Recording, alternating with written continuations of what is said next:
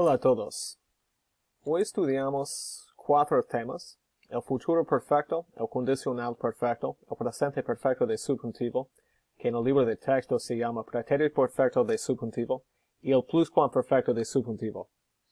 This is a catch-up topic for us. This will actually be introduced next week, but I'm looking at the forms this week, so we're ready for it. And recuerda, el tema y la declaración de tesis tienen una fecha límite del 27 de marzo de esta semana. Ok, empezamos con el futuro perfecto. Se forma con el futuro de haber más el participio pasado. Futuro de haber tiene estas formas: yo habré, tú habrás, usted habrá, nosotros habremos y ustedes habrán. Habré terminado, I will have finished. Habrás dicho, you will have said. Habremos hablado, we will have spoken, y etcétera, etcétera. Se usa para expresar una acción futura que va a ocurrir antes de un punto futuro en el tiempo. Por ejemplo, antes del fin de año habré terminado mi carrera. I will have graduated before the end of the year. Para las 5 ya habremos llegado. By 5 o'clock we will have arrived already. También se usa para expresar probabilidad que el hablante considera probablemente ya realizadas antes del momento presente. Okay? Equivale a probably, must, I wonder, como hemos visto antes con el futuro. Unos ejemplos ya habrán salido. They have probably gone out already. They must have gone out already. ¿Qué le habrá pasado a Susana? I wonder what's happened to Susana. What do you suppose has happened to Susana? Etcétera, etcétera. ¿Qué habrán hecho hoy? ¿Qué habrá hecho él? Que un momento para pensar en una respuesta. Pues ellos habrán jugado en el parque. They probably played in the park. Él habrá trabajado. He must have worked. Actividad 1. El futuro perfecto. Aquí tenemos 3 preguntas. So remember, you're going to use the participation worksheet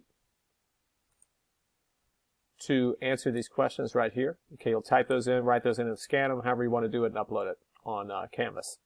Okay, las preguntas. ¿Cuándo te jubiles? Muchos años de ahora, claro.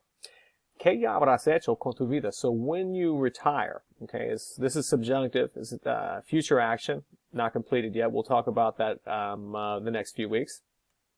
Cuando te jubiles, ¿qué ya habrás hecho con tu vida? What will you have already done with your life? 3 ejemplos, por favor. Número 2. ¿Cuántos más cursos habrás tomado antes de graduarte? How many more classes will you have taken before graduating? Pues antes de graduarme, before graduating. Antes de graduarme, yo habré tomado tal y tal y tal y tal. I will have taken this and this and this.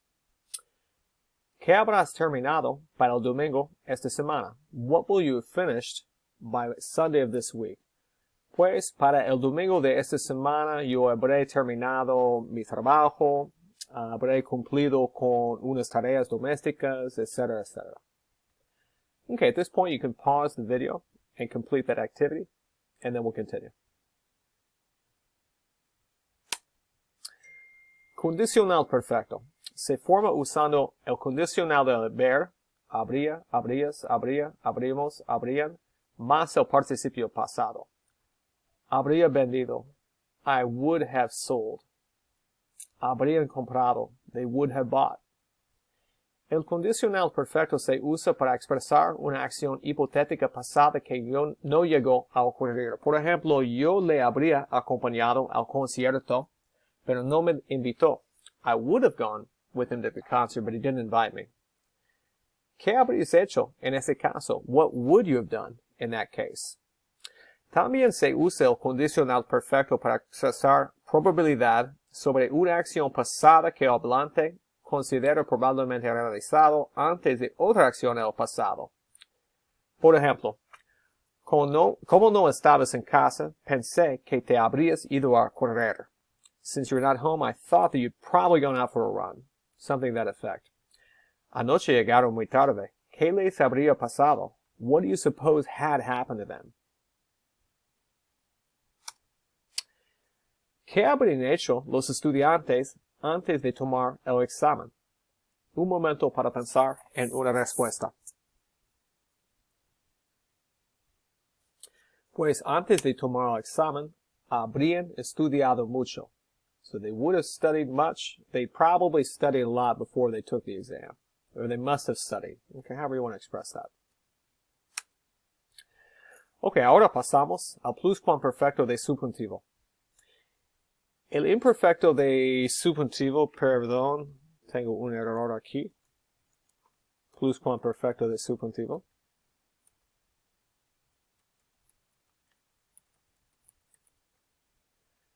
Se forma con pluscuamperfecto de subjuntivo más el participio pasado. Entonces, yo hubiera, tú hubieras, usted hubiera, nosotros hubiéramos, hubieran. Hubiera visto. Okay, I had seen. Hubiéramos puesto. We had put. And we'll learn more about the uses of this next week when we discuss the subjunctive. Right now, we're just focusing on the forms only. Okay, how to conjugate the verb. Se usa en la cláusula subordinada cuando se requiere. So this is what I'm talking about. We'll focus much more on this next week, but I just wanted to give an example. Me molestó cuando no me hubieran invitado a la fiesta. It bothered me when they hadn't invited me to the party. También, now this construction I do want to point out, we'll do an activity with this. Es el uso de pluscuamperfecto de subjuntivo y el condicional perfecto juntos en una frase. En una cláusula con sí para expresar una condición hipotética contraria a la realidad en el pasado. Okay?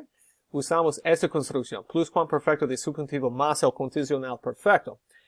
Por ejemplo, si hubiera venido, lo habría visto. If he had come, I would have seen him. Si no hubiera leído la biografía de ese autor, no habría entendido el mensaje de su obra. If I had not read the biography of that author, I would not have understood the message of his work. Actividad número 2. Recuerden, es para cumplir en el volante del worksheet. Número 1. Si no hubieras elegido UNT, ¿en qué otra universidad habrías estudiado y por qué? So, if you hadn't chosen UNT, in what other university would you have studied? Que yo habría estudiado en la Universidad de Texas, Austin, porque bla, bla, bla. Si UNT no hubiera cerrado, y me refiero a esta semana, okay, so if UNT hadn't closed, what would have happened? Okay? Si UNT no hubiera cerrado, yo habría ido al campus hoy. I would have gone to campus today. Pero no es posible. Finalmente, si no hubieras tomado clases este semestre, ¿qué habrías hecho? If you hadn't taken classes this semester, what would you have done? Pues yo habría trabajado mucho en un negocio o lo que sea. Okay? Okay, at this point you can pause the video and make your responses on the worksheet, and then we'll continue.